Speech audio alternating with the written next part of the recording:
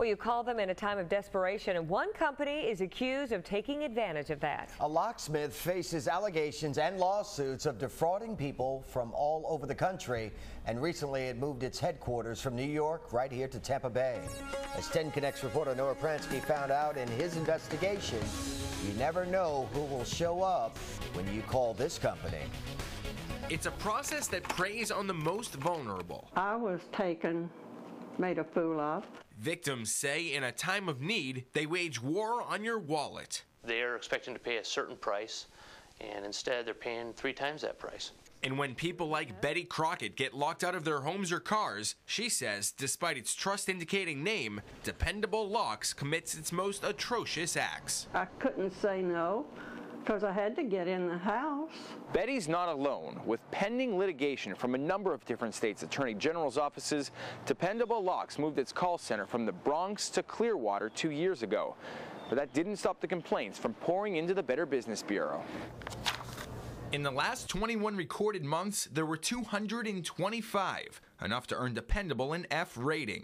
And the common themes of the complaints were repeated when we had our executive producer Melissa lock herself out.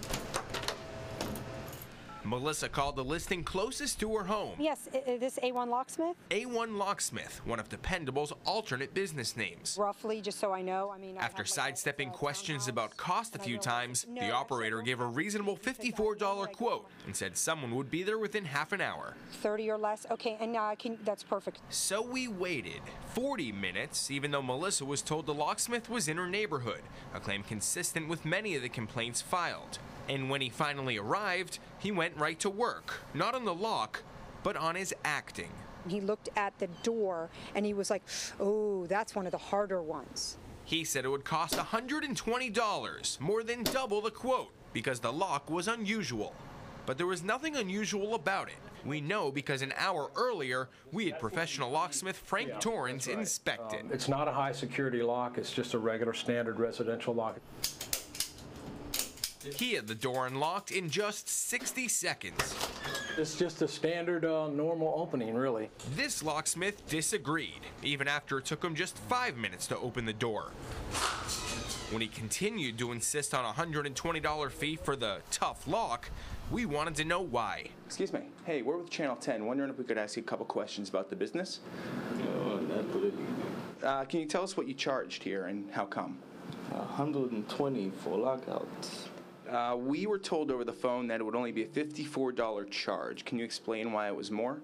His only explanation, it was not a simple lock. What was different about this lock that it requires a lot more money? I'm gonna have to talk to my company. So we set out to find them, only to discover the address of the listing we called belonged to a CC's Pizza instead. We went to other addresses the company was listed at. We found an apartment building, a parking garage. No locksmith?